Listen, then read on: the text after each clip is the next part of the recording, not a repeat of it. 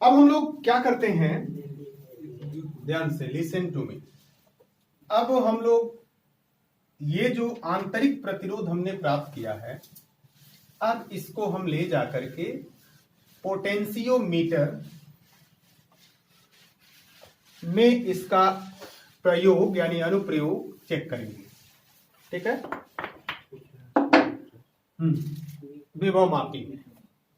इसके लिए हम लोग क्या करेंगे, देखो इसको कैसे ऐड करते हैं। तो हम लोगों ने उसके लिए एक परिपथ बनाया था, ये सेलों का संग्रह यानी बैटरी, इसके साथ जुड़ा होता है रियोस्टेट ये, और ठीक इसके बगल में कुंजी, इसे मान ले K1। अब एक बिंदु A, पुनः एक बिंदु B, इस A से हम लोगों ने संबंध कर दिया इसका, और इस B से हमने संबंध इसको कर दिया। ठीक है, अब हम लोग इस आंतरिक प्रतिरोध वाले बैटरी को कैसे इसमें चेक करते हैं। तो इसके लिए हम लोग क्या करेंगे, तो सबसे पहले ये इस सेल को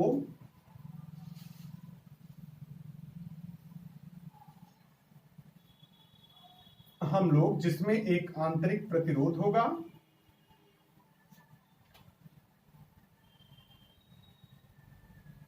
और ये K2, ठीक है, युक्त परिपथ को, सर्किट को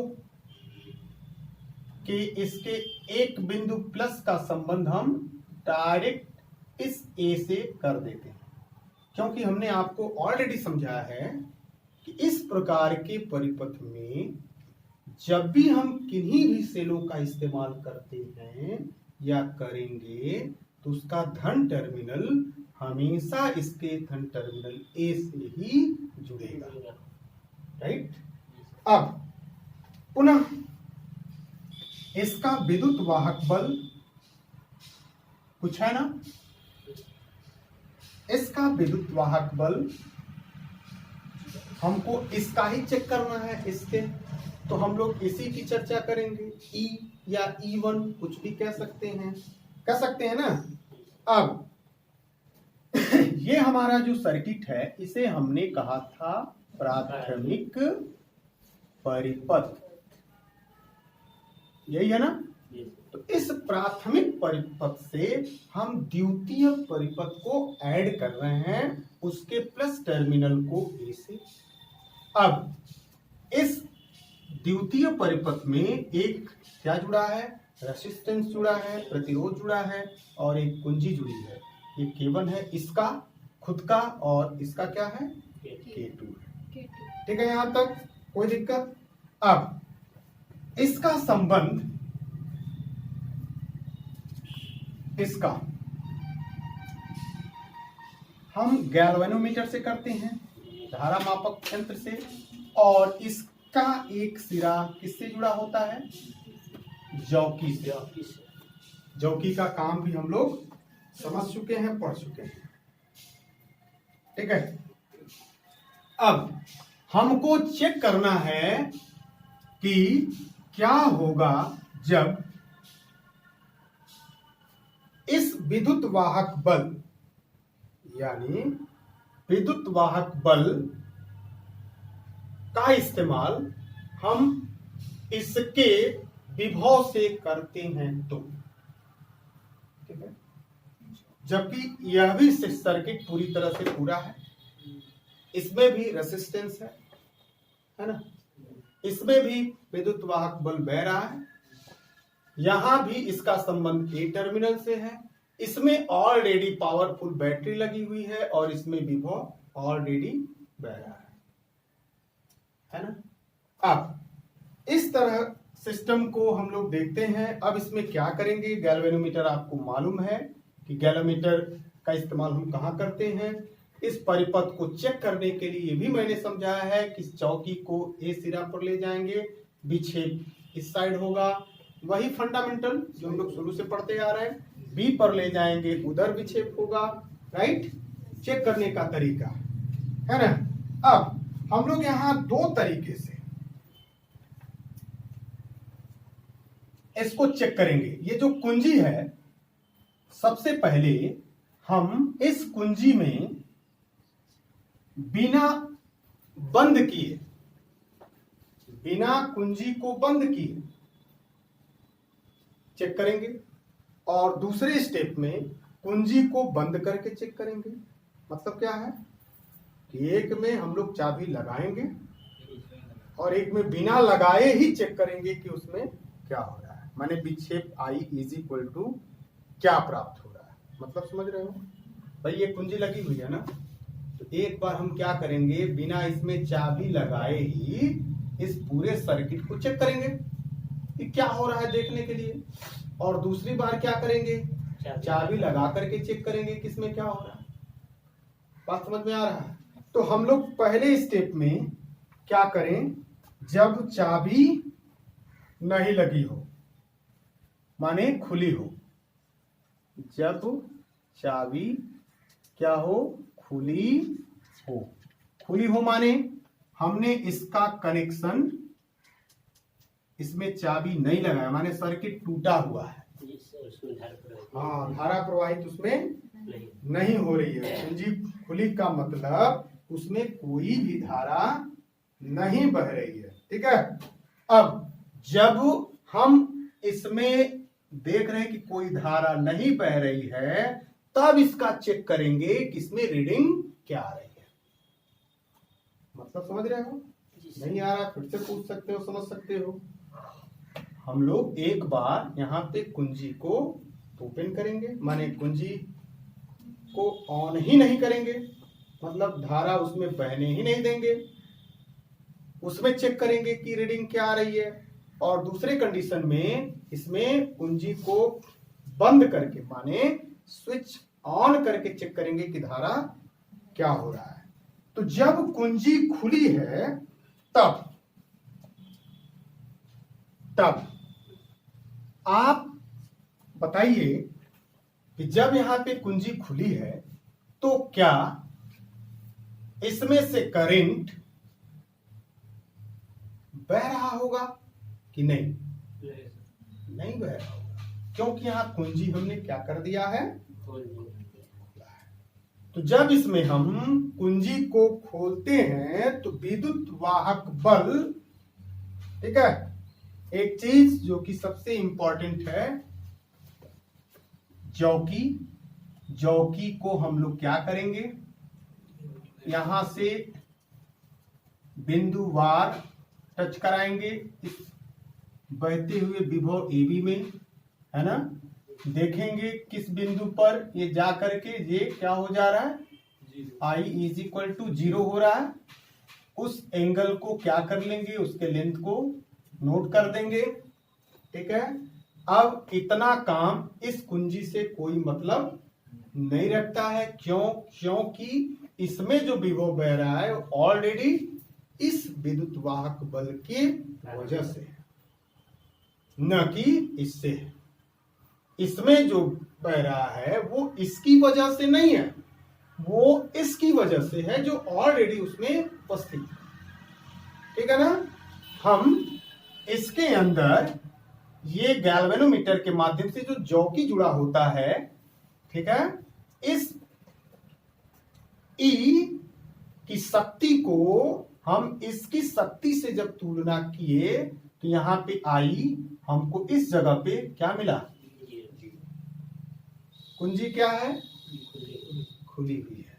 तब पूछा जाए कि E बराबर यानी किसके अंदर विद्युत वाहक बल कुल कितना हो रहा है, तो हम लोग क्या कहेंगे, नहीं 0 कैसे भाई, इतनी जो दूरी होगी वही तो ये E होगा।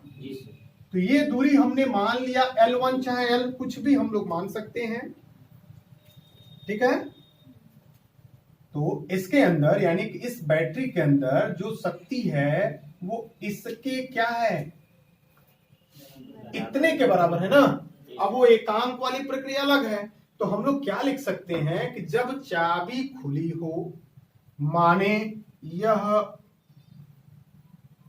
प्लग जो यहां लगा है कुंजी वो बंद न हो, माने बंद होने का मतलब कि चालू न हो, तब इसमें करंट फ्लो नहीं कर रहा है, नहीं कर रहा है ना।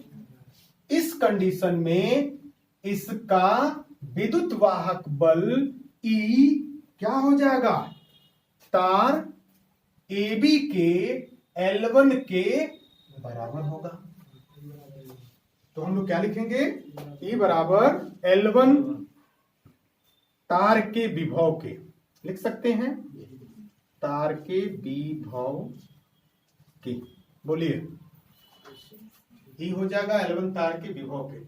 अब हम लोग ऑलरेडी एक सिस्टम पढ़े हुए हैं कि इस A और B के एकांक परिच्छेद के क्षेत्रफल में, यानी एकांक लंबाई पर कितना विभव प्रवणता है, कितना विभव प्रवणता है, माने कितना विभव पतन हो रहा है इसके एकांक लंबाई पर, तो फाई विभव प्रवणता, हमने बताया ना, हम लोग पहले पढ़ चुके हैं।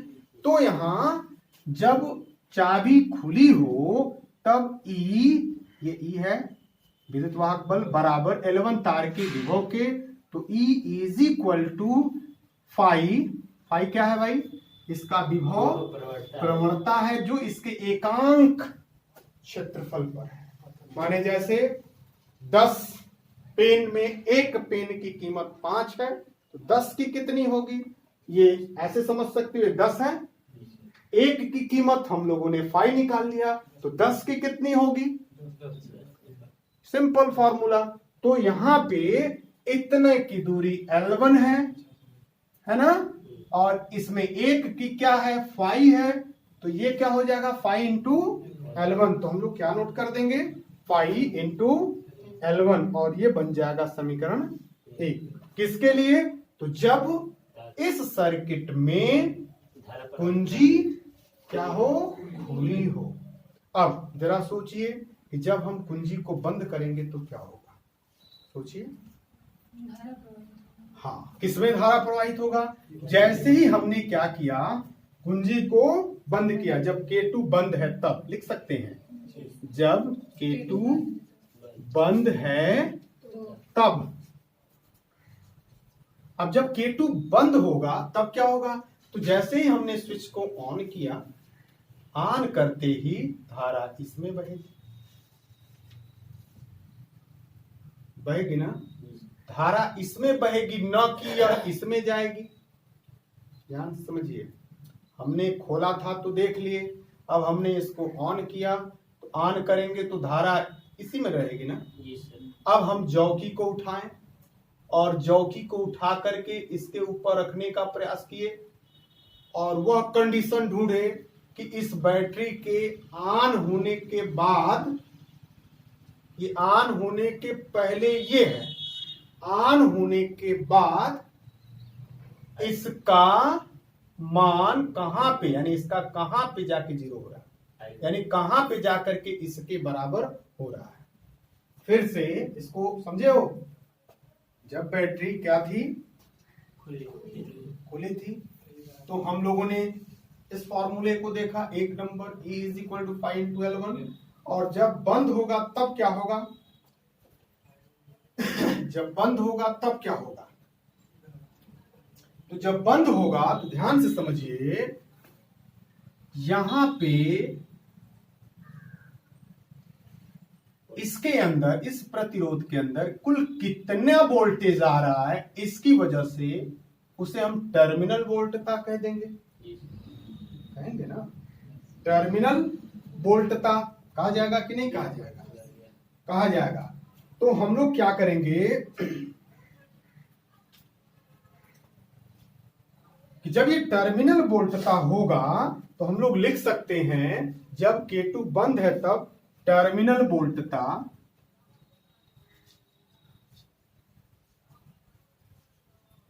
टर्मिनल वोल्टता यानी कि ये, यानी कि शुद्ध रूप से कितना वोल्टेज उसको मिला, यही ना, बराबर। अब हम इस चौकी का इस्तेमाल, अब L1 को हटा सकते हैं, इसके लिए था जब वो कुंजी खुली थी। अब जैसे ही हमने इसको बंद किया, यहाँ पे सिंबल दिखा देंगे बंद करने वाला, एक पॉइंट दिखा दिए, तो यह जा करके कहीं दूसरी जगह 0 बताई, माने इसकी दूरी हम लोग L2 मान ले कि इस जगह पर जाकर के I इज इक्वल टू क्या हो रहा है 0, यानी क्या हुआ, यानी इसके अंदर धारा और बढ़ रही है, नहीं बोल रहे हो, नहीं बह रही है ना। जब इस जॉकी का इस्तेमाल हम कहीं दूसरी जगह कर लिए और यहाँ जाके 0 हो गई, तो मतलब ये हुआ कि इसमें तार में कोई भी वोल्टेज या धारा नहीं है। तो टर्मिनल वोल्टता बराबर, अब क्या लिखेंगे, टर्मिनल वोल्ट। अब यहाँ पे विद्युत वाहक बल न लिख करके टर्मिनल वोल्टता लिखेंगे। क्यों? क्योंकि इसमें ऑलरेडी ये बंद है और इसमें करंट फ्लो हो रहा है, कितना हो रहा है ये वोल्टेज बता रहा है, जिसे हम टर्मिनल वोल्टता पढ़ चुके हैं। तो ये टर्मिनल वोल्टता बराबर क्या हो जाएगा, L2 तार का विभव बराबर L2 तार का विभव। बोलो, ठीक है। अब पुनः यहां से टर्मिनल वोल्टता को इंडिकेट करते हैं V से, V से इंडिकेट होता है, तो V इज इक्वल टू क्या हो जाएगा, V इज इक्वल टू क्या हो जाएगा, L2 इतनी दूरी, एकांक फाई, तो फाई इंटू कुल कितना होगा, फाई इंटू, यानी कि टर्मिनल वोल्टता इज इक्वल टू हो जाएगा फाई इंटू L2, और ये समीकरण हम लोग कर देंगे 2। उम्मीद है कि समीकरण 1 और 2 आपको समझ में आया है। अब हम लोगों ने आंतरिक प्रतिरोध, जब इस तरह का सिस्टम होगा तो आंतरिक प्रतिरोध उत्पन्न होगा। आंतरिक प्रतिरोध हमारा क्या आया था, चूंकि यहां लिखेंगे आंतरिक प्रतिरोध R इज इक्वल टू, हमारा क्या फॉर्मूला मिला था, E माइनस बी, यानी कि विद्युत वाहक बल माइनस बी बाई बी और इंटू R, क्योंकि ये हमारा आंतरिक प्रतिरोध था।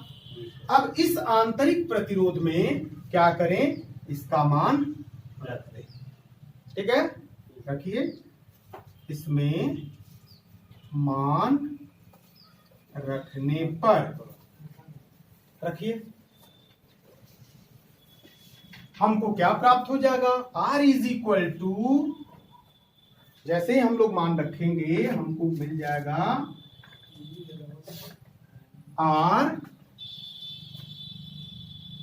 इज इक्वल टू, बोलिए, ये हो जाएगा 5 इंटू L1, तो ये हमारा 5 इंटू L1 होगा, माइनस V के जगह पर 5 इंटू L2, 5 इंटू L2, और क्या बचा, बटा ये ना, V के जगह पर 5 इंटू L2, और इसे हम लोग ब्रैकेट में ले सकते हैं, और आपका बाह्य प्रतिरोध R, ये समीकरण आपको मिलेगा। कोई डाउट तो नहीं है। अब हम लोग क्या कर दें, क्या कटा सकते हैं, पाई को कॉमन कर लिया जाए। पाई को आप कॉमन करोगे तो सिंपल मैथमेटिक्स है, पाई को आप कॉमन कर लो, L1 minus L2 by L2, right, R, ये आपका फाई कैंसिल हो जाएगा, दैट इज हम लोग निकाल सकते हैं इसको, R is equal to L1 minus L2 by क्या हो जाएगा L2 और R, ये हमारा आंतरिक प्रतिरोध आया। कब, जब हम इसका इस्तेमाल कहां किए, विभव मापी के प्राथमिक परिपथ से। कोई डाउट, जल्दी से इसको